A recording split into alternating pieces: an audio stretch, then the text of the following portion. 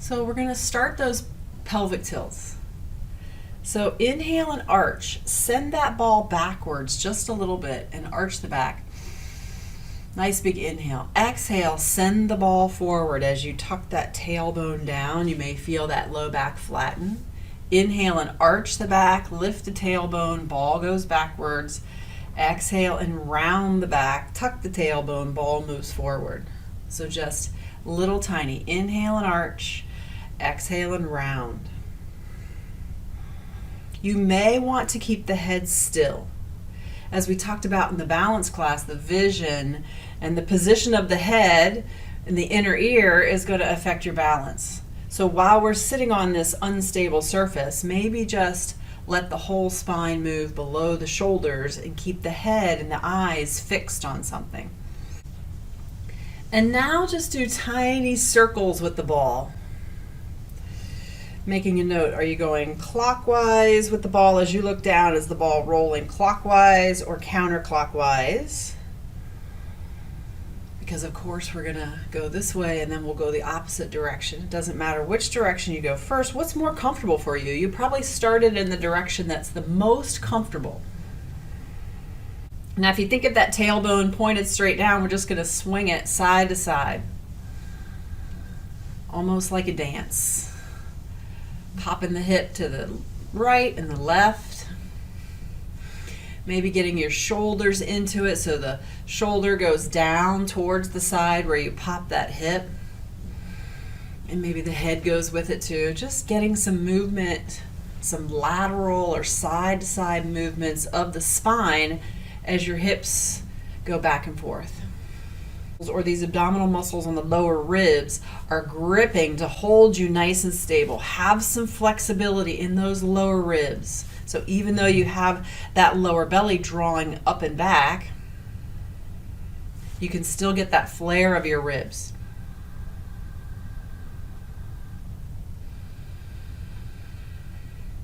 So this is a nice position too. Fingertips are down by the hip creases and just lightly pressing below the belly button, and thumbs on those lower ribs so you feel a little bit of tension in the lower belly as you exhale, and it stays there, but as you inhale, ribs really lift and expand.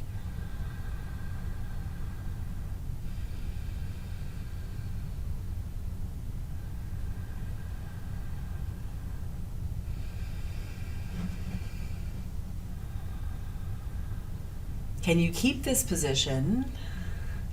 Hold your balance on your hips, press into your right foot. Can you lift? Can you march step or lift that left leg and hold that position?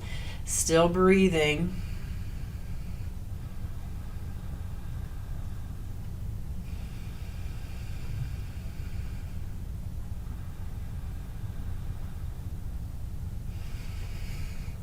Left foot comes down.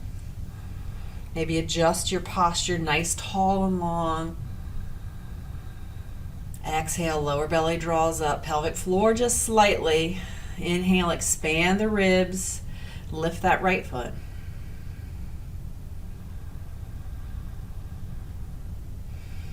I immediately, as I become unstable, I feel that up into my shoulders and into my neck, a typical area where I get tension. So just make note. As you become a little bit more unstable, where do you feel it?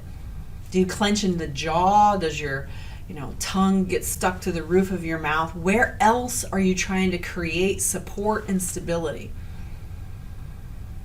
And just relax that area. Put all of the effort down into the hips and the lower core. Set that right foot down.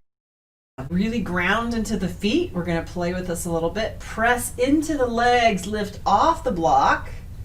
And just roll back. So now you feel like your low spine is supported on the ball. You're entirely supported on the ball. And then slowly come down, rest back on the blocks. Press into the feet, go all the way back. Inhale, really expand as you're back here. And then come back to rest on the blocks. Now you're sitting on it in hero's pose. This is going to open us up in a little different position, but bring that ball right up underneath your sacrum.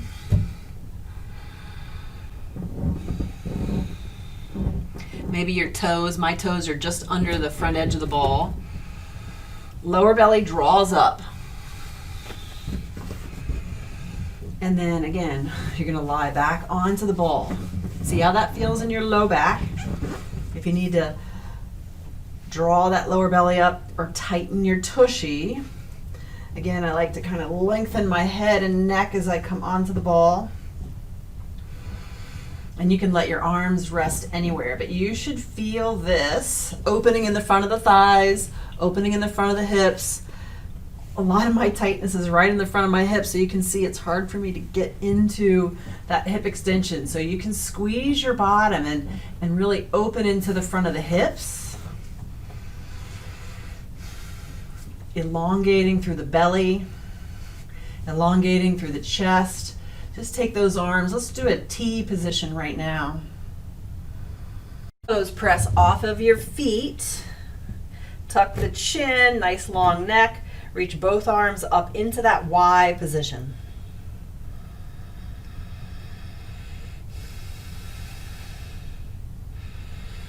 Take those arms into a T position. Thumbs are pointed up towards the ceiling. Palms of the hand are pointed towards the wall closest to your head.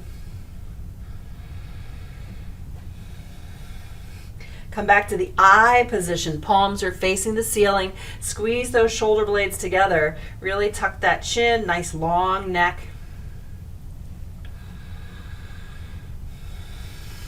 Bend the elbows.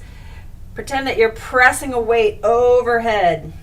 Come back to that Y position. Now you can release the pressure. Hands on the ball. Just walk that ball out. Allow your arms to fully extend overhead. Maybe the hands are a little bit away from each other depending on how that feels in the shoulder. And this is that modified downward dog. You can just let that ball roll away from you. If you want, you can position it so your forehead is on the ball, arms overhead, ground into your heels and your whole foot. But elongate your torso. Tailbone lifts up and back. You're still trying to reach those arms overhead. So feel like your rib cage is lifting up and out to the sides. Just elongating your body. Don't hyperextend in the knees. Make sure your knees are soft, but your quads are engaged. Kneecaps are lifted. Feel that weight into your heels. Those knees apart as much as you can. So shifting back and forth, you can keep your hands on your thighs.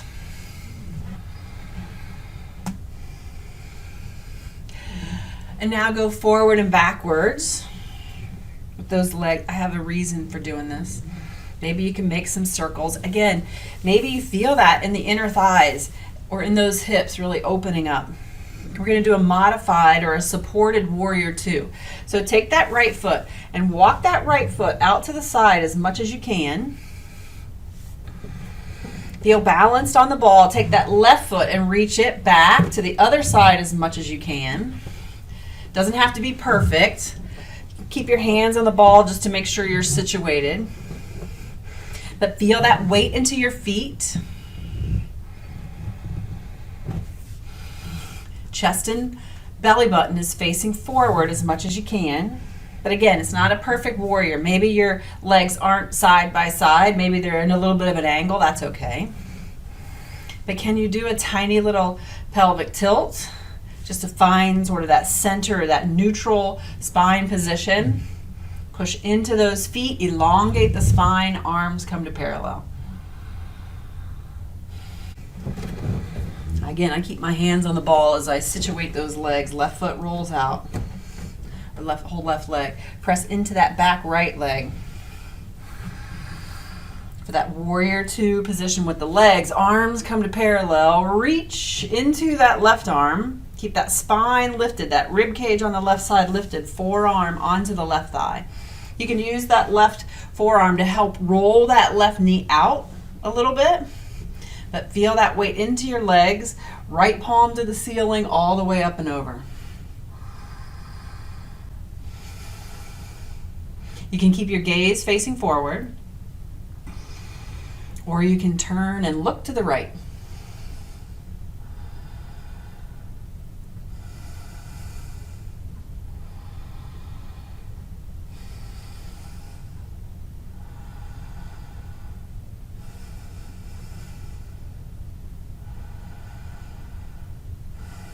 And then use that right hand to pull your torso back up.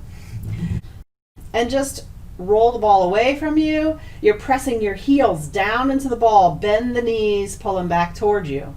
Your whole spine is on the ground. Keep pressing heels into the ball as though you're bending your knees. Take the ball away from you.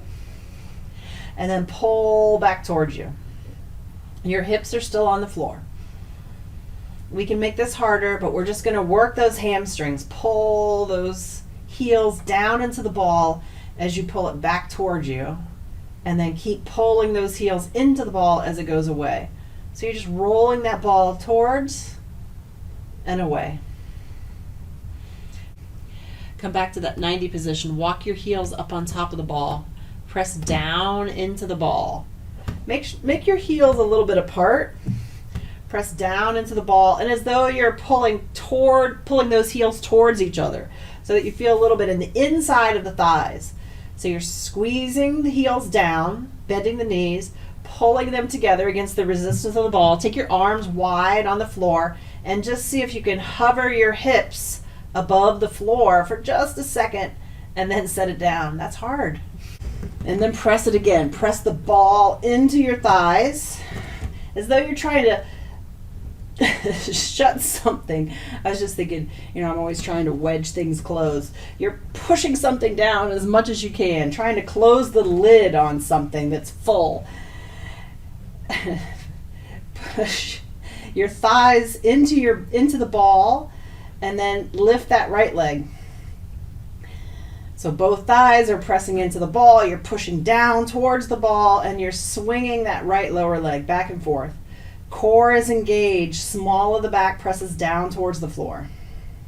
Stay relaxed through your neck. So you're just pushing enough into the ball that you feel that effort in your arms, but you don't feel tension in the neck. Relax through the jaw. Air flowing in and out.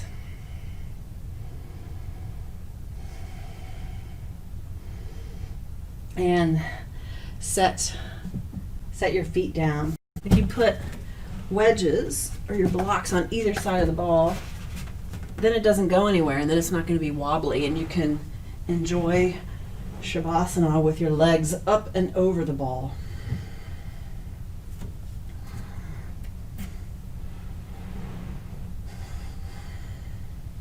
Now beginning to bring your awareness back to your whole body, moving a little bit. Maybe moving the ball out of the way. Feet on the ground.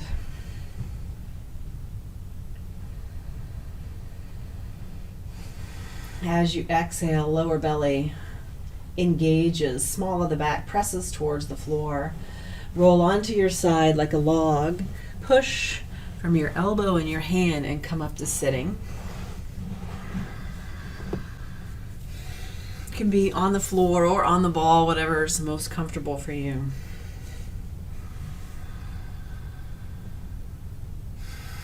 And again, just feeling the effects of that practice. Taking a few nice big breaths all the way down into the belly, expand in the rib cage.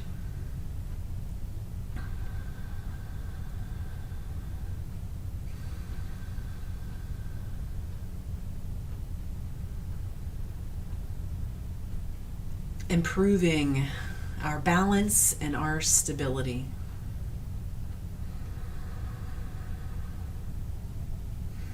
so that we can come back within those limits of stability, of security and safety, groundedness. Inhaling the palms away from the body. Exhaling, palms together, thumbs to the heart. The light in me honors the light in you. Namaste.